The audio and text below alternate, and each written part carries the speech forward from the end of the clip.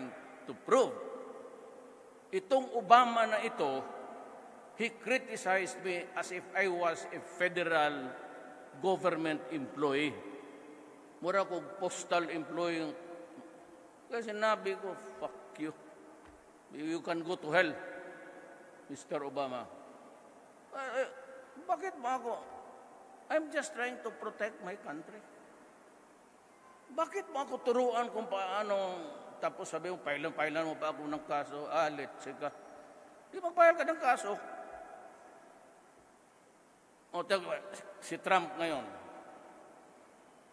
Pag kabayo si Trump, protocol duty yan eh. Mr. President Trump, I'd like to congratulate you for your victory being the President of the United States. Yes, President Duterte, I've been waiting for your call. You're doing it right. This goddamn, they're destroying my country. Well, nag-mention siya glaing country nga silingan niya. Actually, ito sa Mexico. So, I'll do the same. So, you're doing it good. So, this one president, maayong akong gibuhat. Niya sa ka-presidente, kasabaan pa ko, as if, sabi ko, sinong kamputang ina ka? Who are you to lecture on me? Kita mo ng druga. Tingnan mo, anong druga? Pilipinas druga. Pag hindi natin na-control ito. So remember this, pag hindi ko na-control, hindi ko natapos to, mahirapan kayo, anak ninyo. Maniwala kayo. Kung ang mga presidente, yan lang rin yung nakalinya na, no? Muna yung managan, usap, patay mo. Mahadlok eh. Pag inawag, I will kill you, I will kill you. Ay, kadaghan pang istorya. Total, progressive mapod ang digos. Naalam mo yung problema sa droga, patya na. Nga ba?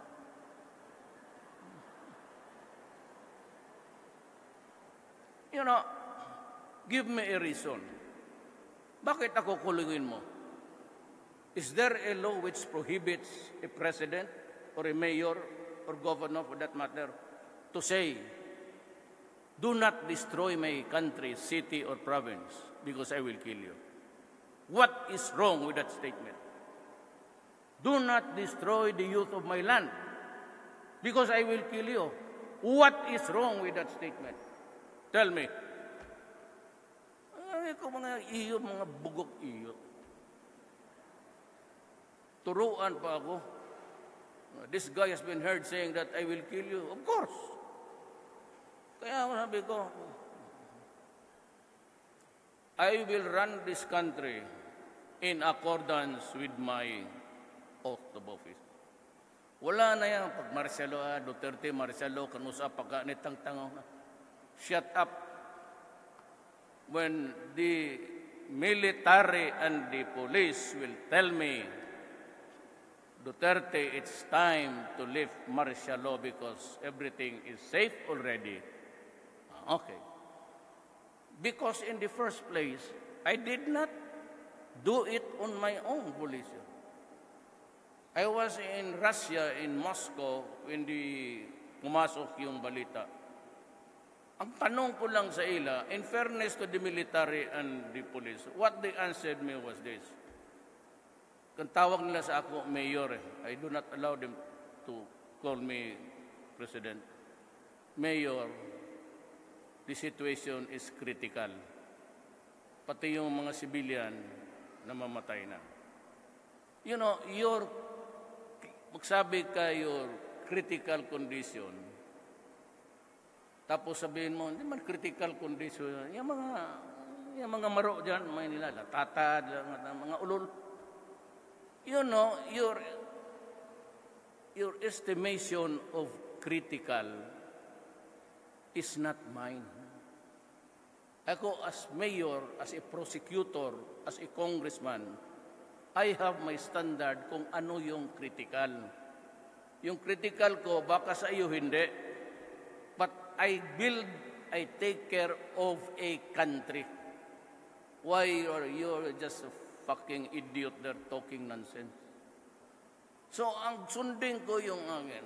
Nung sinabi na, sir, critical, sabi ko, tell the Executive Secretary that I am declaring martial law to protect and preserve the Filipino people. Alam mo, sa totoo lang, yung constitution, yung papel that martial law will be declared.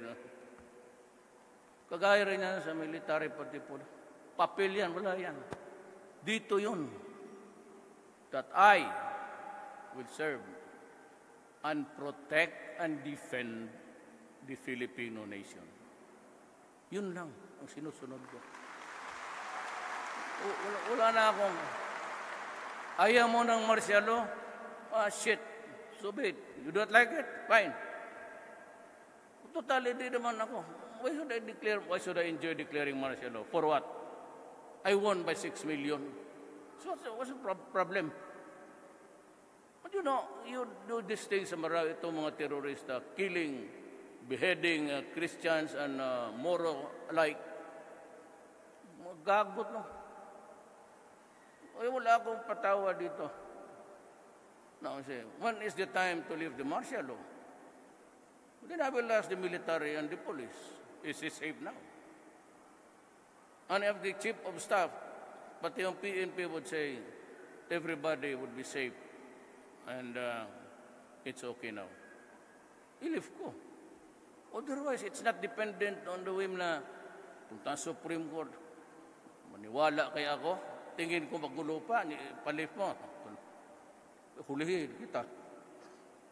Pasok na tuloy kita sa kulungan. Mayo ba? Huwag kong ipapasubo ng lalo na bayan ko. We can talk of anything else and make compromises maybe, but not when the interest of my country is at stake. Di talaga yan. That is not negotiable. So yan ang, pumunta ako dito kasi, Governor, because I had to pass this message to you so that you'd understand. Sabi ko dito, sabi niya, maggabian na ta. Ayun, gabi na. Narinig bat akong chopper. Lupad man ni gabi para mahurog po ni gabi Parihurag punta gabi parihurag man na. Mas klaro lang sa adlaw ang paglambo sa imo. Gabi mo piyong ko lang. Kung kasi gabi take off ta.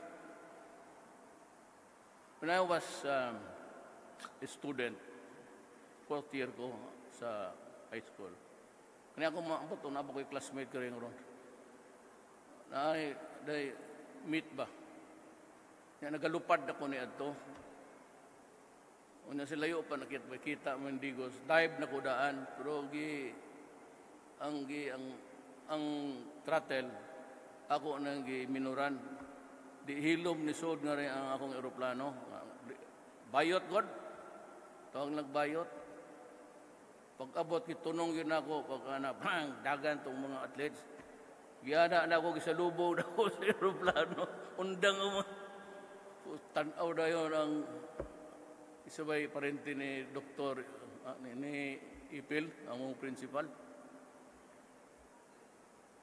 Nada kami kabuang na ito na rin. Pareho kami ni Dodong Cagas, priso.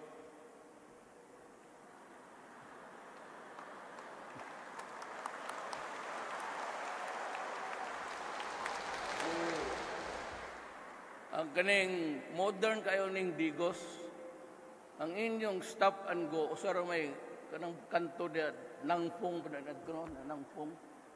Na-restaurant dia, nangpong, gamayng daan. Ang inyong go, ana-ana, pag-ana, go, tanana. O niya, stop. Pagkagabi ato, ng lingkod, may diha, amo, may naglingkod-lingkod, may usaw ning yawa nga uyog mo ni. Among dayo nagtumba. Anak ng waiting si Mayor Llanos. Gatanaw dahil sa mga gadaog. Tang inakatilaw mi tanan. Ipapreso ko sa i-inform my father.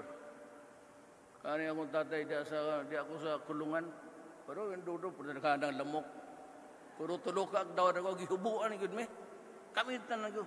Sige pang anag lambok sa di naman ta mamatay mo ta anig. Ganon ka disiplinaryan si lolo nila. Wala. Walang patawad yun. Pati ako. Anak ng gobernador. Litse ka dito. Suod ka. Kaya nung na-mayor ako, ganon rin. Sa totoo lang. Anak po mo kulata o tao.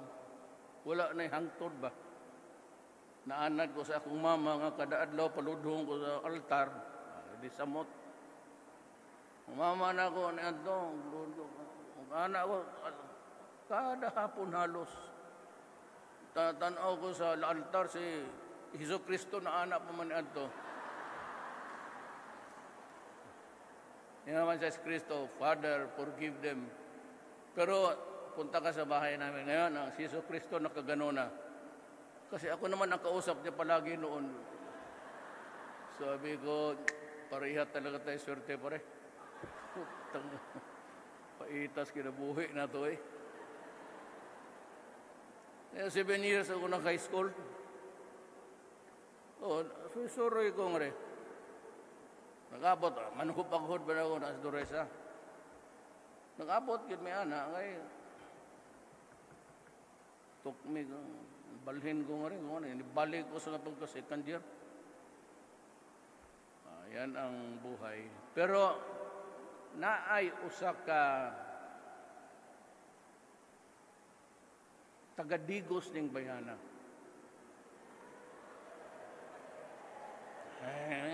Pagkuwat o na mo, gara.